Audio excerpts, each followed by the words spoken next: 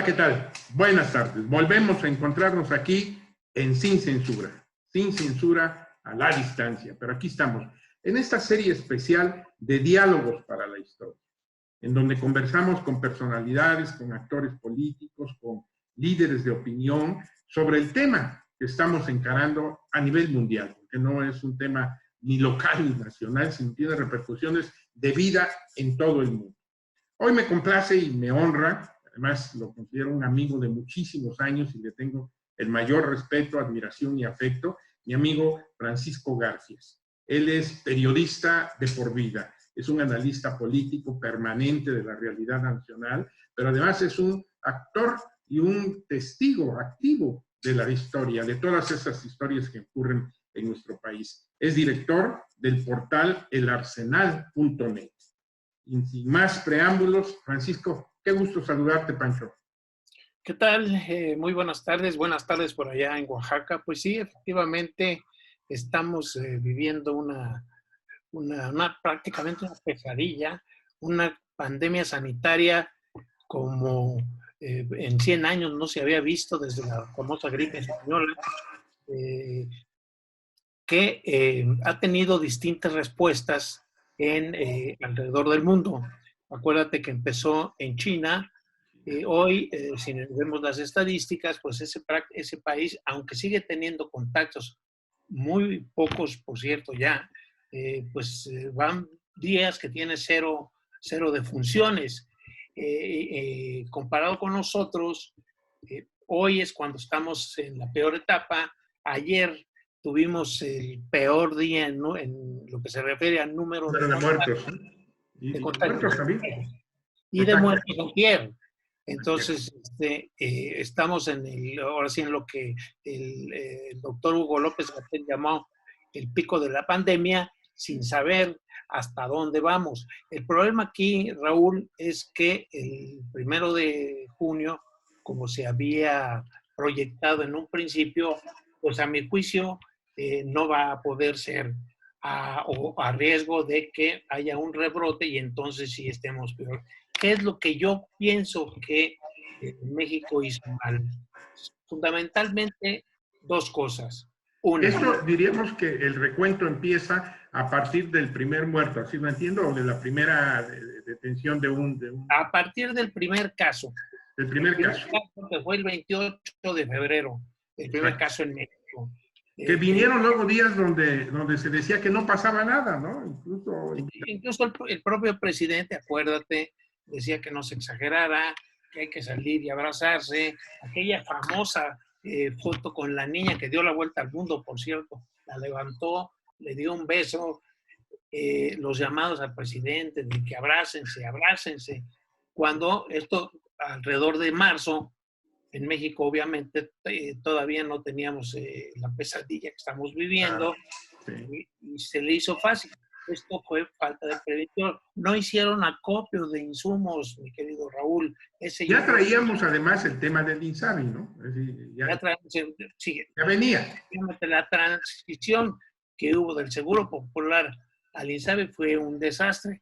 Acuérdate estas escenas que veíamos de gente que le hacían cobros indebidos, que se pasaba horas y horas en espera de atención, que era un relajo porque habían despedido sin más a todos los trabajadores del Seguro Popular. Entonces, las ventanillas donde ellos iban a pedir orientación, instrucciones de cómo hacerle para el asistente, pues no había. Entonces, la gente, era todo aquello un caos, una confusión absoluta, y vinieron todas estas protestas que nosotros vimos noche tras noche en los noticieros, ¿no?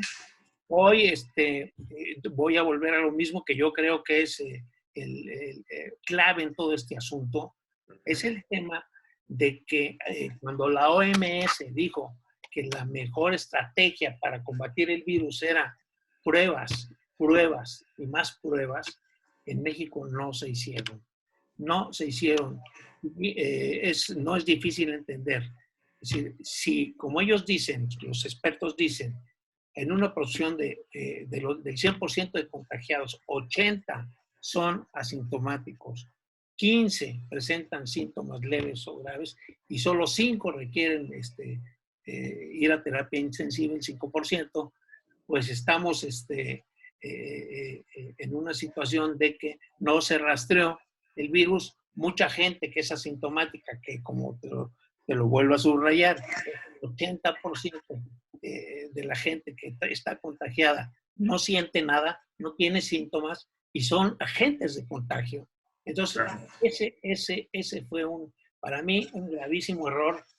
A lo mejor no teníamos las pruebas, pero ahí es donde yo te hablo de que hizo falta previsión para hacer acopio de insumos. Después fuimos a comprar ventiladores carísimos. Ya vimos el caso de Manuel Bartlett y lo que fue en la desesperación por contar con esos ventiladores que son fundamentales para la gente que está ya muy grave. Entonces, no se hizo. Tú te recuerdas también el doctor Gatell diciendo que el uso del cubrebocas, sus efectos sobre el virus eran nulos o casi nulos, así textual.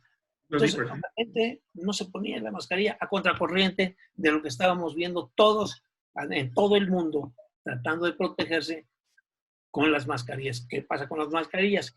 Tú proteges al que sí, aunque no estés tú inmune porque traes una mascarilla, por lo menos proteges a tu prójimo, al que está cerca de ti, de que cuando hables y estas chispitas que salen y tal de saliva, pues no vayan a infectar a otra persona. Entonces, no se propaguen incluso, ¿no? Exactamente. El gobierno coreano, que ha sido de los más exitosos en este tema, esa fue su estrategia, ir a buscar al COVID, no esperar que el COVID se manifestara para ir a atacarlo. Entonces ahí ese error lo estamos pagando ahorita, Raúl. Ya estamos entre las 10 naciones con más muertos y el número de contagios ayer rebasó los 3,000, cosa que no habíamos tenido en todo pero además el doctor López-Gatell, que ha sido, por cierto, su actuación, pues motivo de mucha controversia en todos los sentidos, ¿no? Es decir, desde el hecho de que hay quienes no avalan sus cifras, que dicen tener otros datos, vamos con la frase. Bueno, desde luego, si tomamos en cuenta lo que te acabo de describir, evidentemente que hay un subregistro claro de casos. Gente que trae ese virus, pero no sabe que lo trae. Y como si no tienes síntomas, pues no te reportas con... Claro, te rebasa la realidad. Aquí la clave está en eso que dijo el coreano. Hay que ir al buscar al virus, no esperar que el virus se manifieste. ¿Sí? Ahora, en ese contexto, López-Gatell le había dicho que los días máximos iban a ser ahora en mayo, los días del pico. Sí, entre el 8 y el 10. Entre el 8 y el 10 de mayo, pero bueno, esta semana que terminó, la semana que ya terminó, hoy es lunes, los contagios aumentaron, los muertos aumentaron.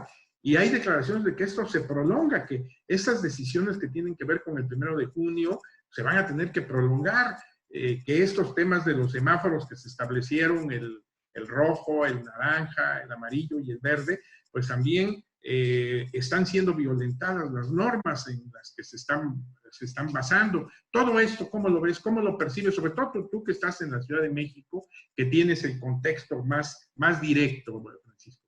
Mira, Raúl, yo creo que sería una irresponsabilidad que en la situación en la que estamos, en el mero pico de la pandemia, el 1 de junio, abran las actividades.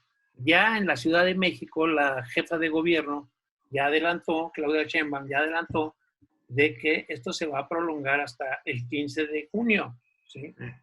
Pero bueno, son cálculos hechos sin ningún sustento científico. No sabemos cómo vamos a estar el 15 de junio, como no sabíamos cómo íbamos a estar el 1 de junio. ¿Te acuerdas que la primera fecha que dieron, Raúl, fue el 17 de abril, el doctor Gatell, ¿sí? Y luego le cambió, que en mayo, y ahora que en junio, y que el semáforo, o sea, son salidas para justificar esos cálculos que totalmente fueron equivocados. ¿Cuál mensaje estabas tú mandando a la población?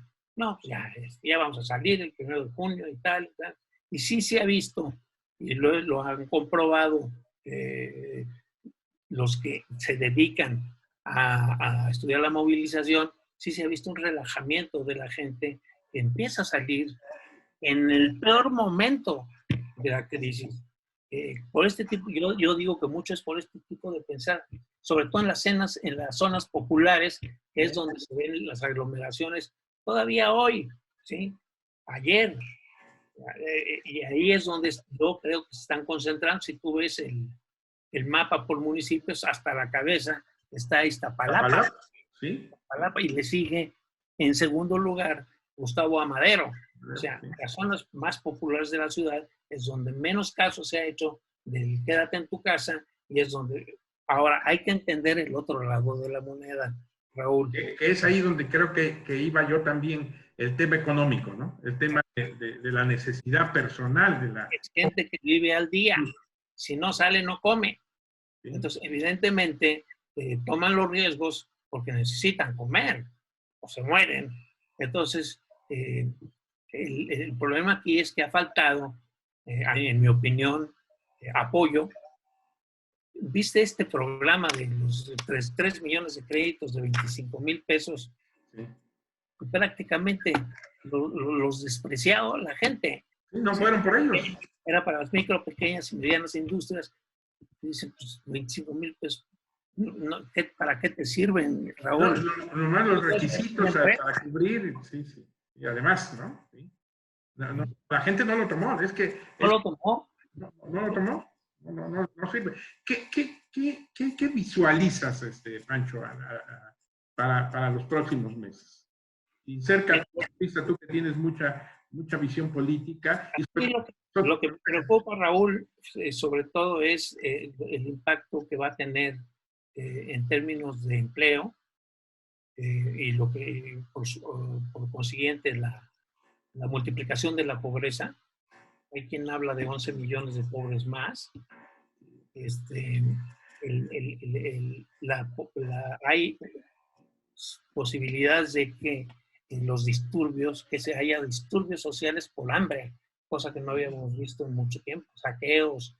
Entonces, me llamó la atención de que en plena pandemia pasan una ley para que el ejército vuelva a las labores de seguridad pública, que no está preparado para eso, no fue entrenado el ejército, no tiene para andar persiguiendo delincuentes. Sin embargo, esto es para mí una confesión de que el proyecto que traían de la Guardia Nacional, que la Guardia Nacional iba a venir a resolvernos todo, entonces es una confesión de que no les está funcionando, y mucho menos esta política de abrazos, no balazos.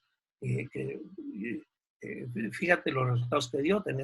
Tuvimos en el 19 el año más violento del mundo, y ahora en abril tuvimos un promedio de 110 muertos diarios, 100 muertos diarios, 100.7 muertos diarios en el mes de abril. O sea, evidentemente en ese rubro es un completo fracaso la política del gobierno.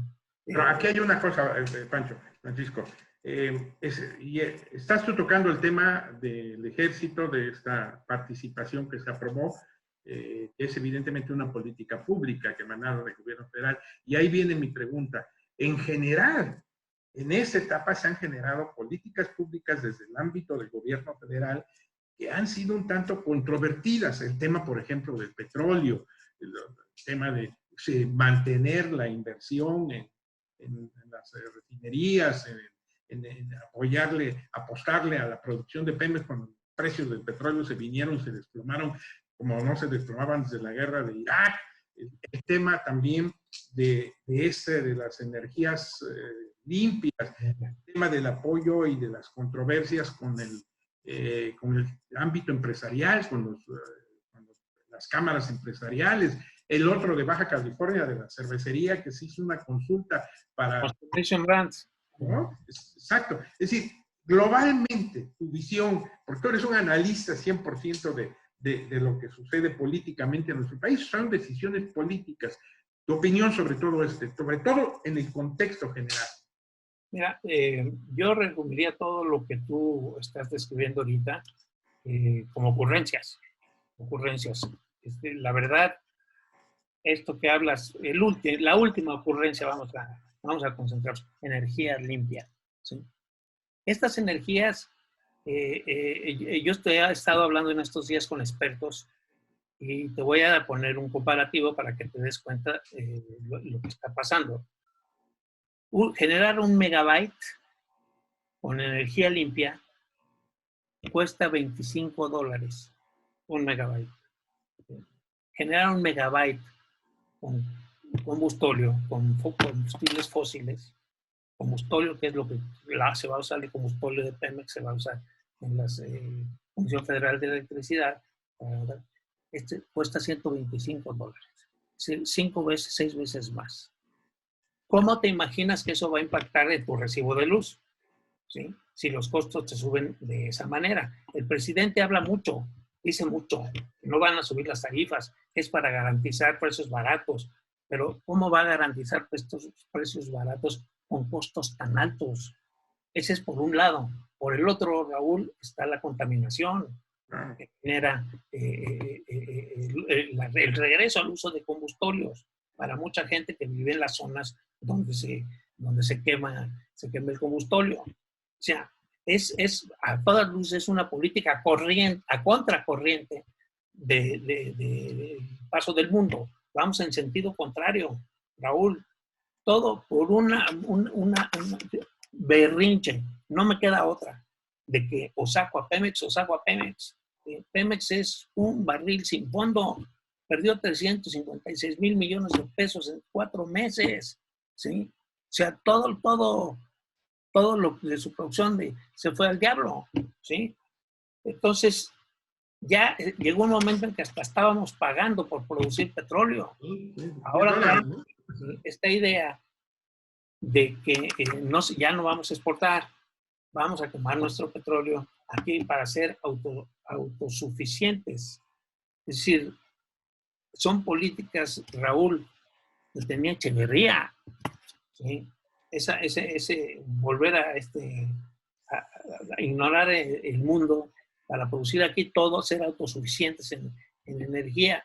El petróleo, hay muchas complicaciones y aquí podríamos pasar días explicando. ¿Sí? Claro. Por ejemplo, el petróleo mexicano, la mayoría es petróleo pesado. ¿Sí? Entonces, ese petróleo pesado, para refinarlo, necesita refinerías de primer mundo. No las tenemos. Salió hace poquito un reporte, Raúl, de que entre las 20 refinerías más contaminadas están las 5 de Pemex. Cuando se le interrogó al presidente, salió con un chascarrillo. El reporte era de la NASA y salió con un chascarrillo diciendo, pues yo creo que en la NASA andaban en la luna. Y luego ya admitió que sí, que efectivamente, pero como siempre lo hacen, la culpa del presente en este régimen siempre la tiene el pasado. Siempre voltea hacia atrás y dice... Los neoliberales, ¿no? Los neoliberales. El pasado, o sea, los 36 años, neoliberales, conservadores, fifís, como quieras. Hay calificativos sobran, ¿sí? Para la gente que no... Esto se lo aplica a todo el que disiente de su pensamiento. A todo el que no... Para él, un periodista bueno, y lo dio con esos 3 nombres que dio, en una mañana de quiénes eran los periodistas buenos. Entre ellos Federico Arriola, Enrique Galmán Ochoa, no nombró a Aristegui, me acuerdo, Pedro Miguel creo que fue el otro. Imagínense, es gente que lo queman incienso diario, ¿sí? Entonces, si eso para él es periodismo, el periodismo que México merece, pues yo diciendo, el periodista, como bien lo dijo la canciller Angela Merkel, el periodista tiene que criticar al gobierno para que su labor crítica ayude al gobierno a entender lo que está haciendo mal. Pero aquí todos lo están tomando como una declaración de guerra de los que quieren tumbar a la 4T. Y siempre son conspiraciones, imagínate tú, López Obrador atacó a los 4 diarios con más prestigio en el mundo, ¿verdad? El Washington Post, el New York Times, El País, Financial Times. porque hicieron crítica de su estrategia para combatir la pandemia. Y como este no es un problema que se quede dentro del país, obviamente preocupa en el exterior, ¿sí? Porque Ah, no, claro. México ha sido un referente, es decir, en muchos un mal referente, un mal referente. ahora un mal referente, ahora un mal referente. Por Pero, la forma tan irresponsable. El presidente de Guatemala hace ¿sí? 2 o 3 días diciendo es que el gobierno mexicano es un irresponsable, ¿sí? Responsabilizando a la cuarta T de que hayan aumentado los casos en Guatemala por todos estos cruces que hay. Sí, incluso hablaba de algunas fiestas que se habían hecho. Sí, y caripeos. Los guatemaltecos ahí vinieron a la Además, pachanga. además no mentía, son ciertas, hay imágenes de ferias y rollos que siguen haciendo a pesar del riesgo tan grande de contagiarte y en el caso de los grupos vulnerables e incluso hasta de los sanos, perder la vida. Entonces, es que para mí el gobierno, los mensajes del gobierno han confundido. No estoy responsabilizando exclusivamente al gobierno. El ciudadano también tiene parte de la culpa por no acatar estas normas, porque no puedes decir que también en todo día y noche te están bombardeando en la televisión, quédate en tu casa, quédate en tu casa, quédate en tu casa, y la gente no se queda en su casa, una buena parte, pero al día siguiente el presidente va y aplaude y dice, es que tenemos el mejor pueblo del mundo, el más consciente, y por eso hubiéramos evitado una catástrofe peor, estamos mejor que en otros países, estamos mejor que en otros países, pues qué consuelo, ¿no? Es decir, estamos pésimos, ¿sí? Fuimos en tercer lugar en muertes el jueves, ayer bajaron a 190 y tantas, pero los contagios se multiplicaron a 3,000. Entonces, horrible, la cosa no se ve bien. Porque además, decir, estamos también en una posición geográfica muy complicada, es decir, la frontera con Estados Unidos es otro tema. Veía yo el viernes imágenes en la televisión de la gente que se queda en la garita de Otay a partir de las 7, 8 de la noche, ahí toda la noche para poder cruzar a trabajar el día siguiente a San Diego, a las áreas de California. Y bueno, aquí ya un acuerdo para que se prolongara esta restricción de tránsito hasta el 22 de junio, así lo asumo. Es decir, todas estas cosas influyen en el contexto que tú estás planteando de qué va a pasar. Sí, ahora el problema es este. Es que hay mucha gente que no tiene ya manera de sobrevivir. Entonces, haciendo, digamos, una reflexión hacia el futuro. ¿Qué va a pasar con esa gente? No se va a multiplicar la delincuencia, Raúl. Evidentemente los delitos comunes se van a ir al alza, porque lo último es que se van a esperar en su casa a morirse de hambre. Van a buscar, procurar cómo diablos llevar dinero a su casa.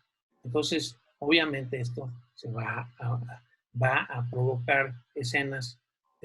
Ojalá me equivoque, ojalá y esto no se haga realidad, pero escenas que yo veo de saqueos, saqueos, robos,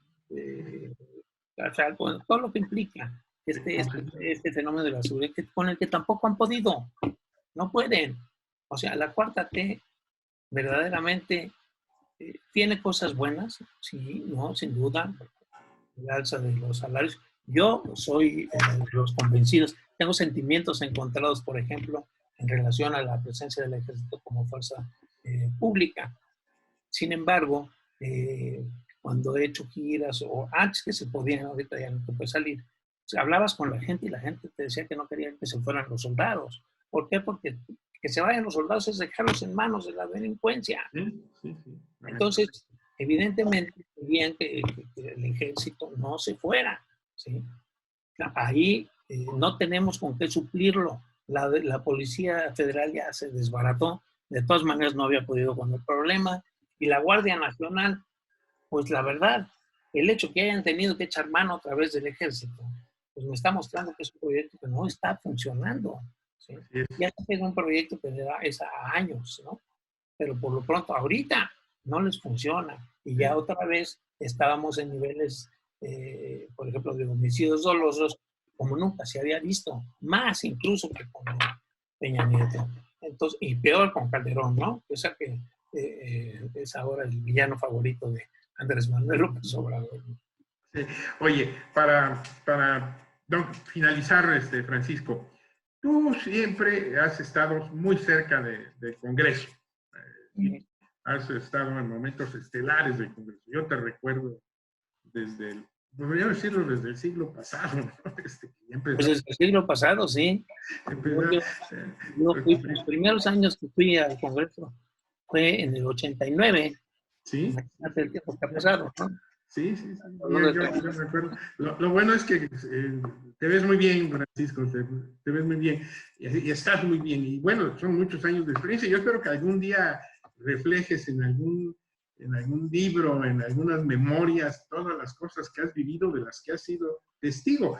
Porque yo siempre le he dicho que los periodistas, los analistas políticos, como es tu caso, tienen la historia detrás de la historia.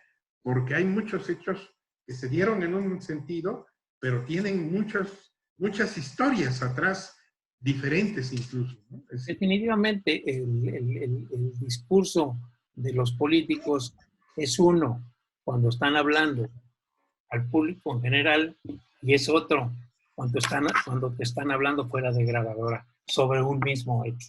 Exacto.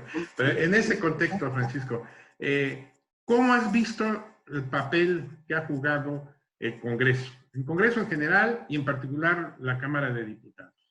Muy triste. Federal. Muy triste. Volvemos a los tiempos de la salud con sus honrosas excepciones. Por ejemplo, yo respeto a Ricardo Monreal porque es de los pocos que se han atrevido públicamente a ir contra las directrices de, digamos, este asunto, por ejemplo, de que querían darle poderes de excepción al INEGI para que entrara en tu casa a revisar tu esposa, a ver, medir la riqueza y tal. Inmediatamente dijo, resaltó Monreal a decir, nosotros no tenemos ninguna iniciativa que vaya en ese sentido y vamos a actuar con prudencia, me acuerdo que fueron sus palabras. O sea, porque se armó un merequetengue, pues tú lo recordarás. Verdaderamente toda la gente se puso con los pelos de punta, tú imagínate, como agentes de la Gestapo, ¿verdad? Metiéndose en casa a revisar cómo vives. O sea, exacto. No. Eso hacía la Gestapo. He visto algunas películas ahora de esa época y eso hacía la Gestapo, se metía a la casa a revisar. A revisarte sin órdenes de nada, o sea, nada más porque se les ocurrieron poderes excepcionales para poderse meter a tu casa. Ese tipo de cosas, lo de las energías limpias. O sea, eso me parece también un error inexplicable, porque lo vamos a pagar muy caro. Raúl, tú hacías énfasis en lo de primero que está la industria petrolera desde hace ya tiempo. El petróleo no es el futuro y sin embargo le estamos apostando al petróleo. Estamos haciendo una refinería. Cuando esa refinería se termine, la mitad de los coches van a ser eléctricos, Raúl. Entonces, no entiendo, en serio. Alguna vez un colaborador muy cercano del observador, cuyo nombre me voy a guardar, me lo pidió que no fuera pública. Me dijo que ese hombre lleva, en lugar de sangre, lleva petróleo en las venas. Está obsesionado con el petróleo. Y este comentario que me hizo este señor, pues me lo parece corroborar. La terquedad de estarle metiendo tanto dinero al rescate de Pemex sin resultados, porque en los 3 primeros meses perdió un dinero, más que todo el año pasado, un dineral. Entonces ese dineral que se podía haber utilizado, por ejemplo, en hacer pruebas para hacer rastreos masivos del virus, por ponerte un ejemplo, ¿no? O sea, hay muchas cosas muy malas. Quería hablar un poco en el balance de las cosas buenas.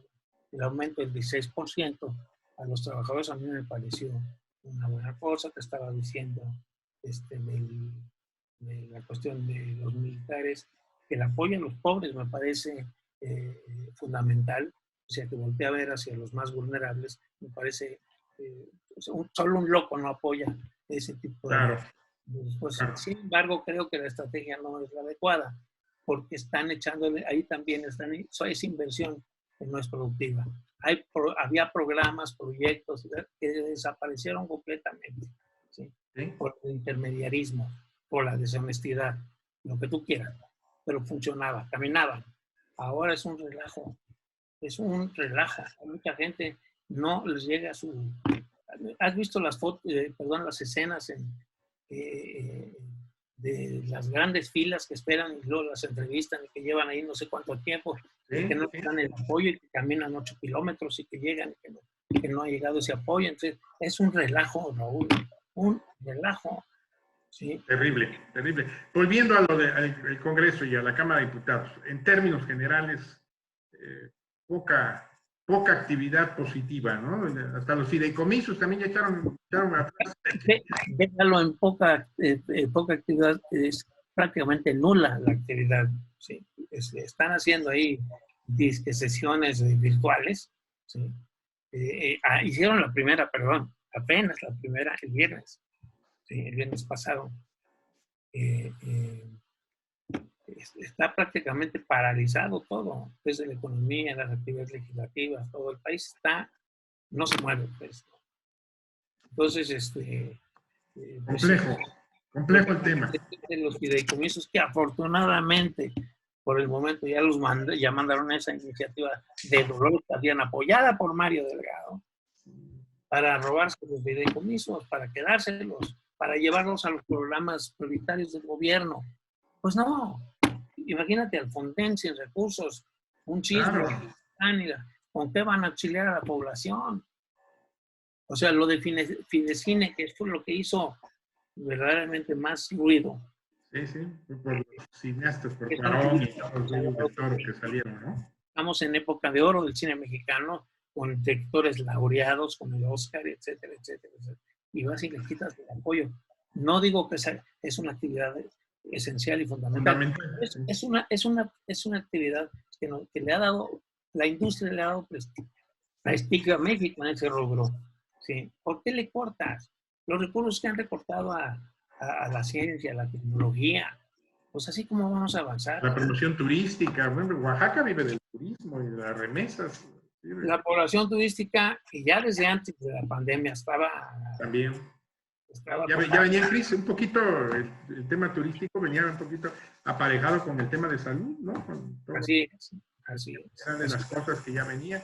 Pues complejo, Francisco, Juancho, qué gusto oírte, qué gusto verte, aunque sean, pues lamentablemente, tú tienes la visión, o esa es la visión que se proyecta, ¿no? Bueno, es como yo veo las cosas, si otras gentes lo ven diferente, bueno, se ve, ¿no? Porque pues, cada que escribo mi columna es un mentadero de madre trabajo, como que te cuento, ¿no? Claro. Porque hay gente que está dedicada exclusivamente a insultar, ¿sí? En las redes sociales. Pero ese es otro tema, Raúl. Ese es otro tema a que tú ya estás acostumbrado, Pancho. Ya ni los leo. Para no ser, sí, pues sí. Yo creo que ese es el punto, pero finalmente personas como tú tienen un camino andado de muchísimos años. Entonces, por eso se les respeta, se les admira, y en lo particular, pues, de esa amistad tan larga. Estaba yo viendo la entrevista que hicimos hace como 15 años, el otro día. Tu casa ahí de la del Valle, ¿no? Hablamos de tus inicios, de cuando te fuiste a París, qué tiempos, ¿no? Y mira, aquí estás en la trinchera. Estamos en la trinchera y ahí seguiremos. Ahí estamos. Pancho, qué gusto escucharte, qué gusto saludarte a distancia. Volveremos a abrazarnos, amigo, a pesar de todo, porque... Claro que sí. Y gracias a ti por la oportunidad de poderme dirigir a la gente que te ve y que te escucha. Gracias, Pancho. Afecto y cariño para ti. Estamos en contacto. Igual, un gran abrazo. Adiós. Gracias. Adiós, Raúl. Amigas, amigos, esto fue diálogos para la historia, sin censura en estos tiempos de coronavirus. Pero como se lo comenté a Francisco, mi amigo Francisco Garfias, Pancho Garfias para los cuates, volveremos a abrazarnos. Pásenlo. Claro que sí, Raúl. Encantado. Gracias. Bye.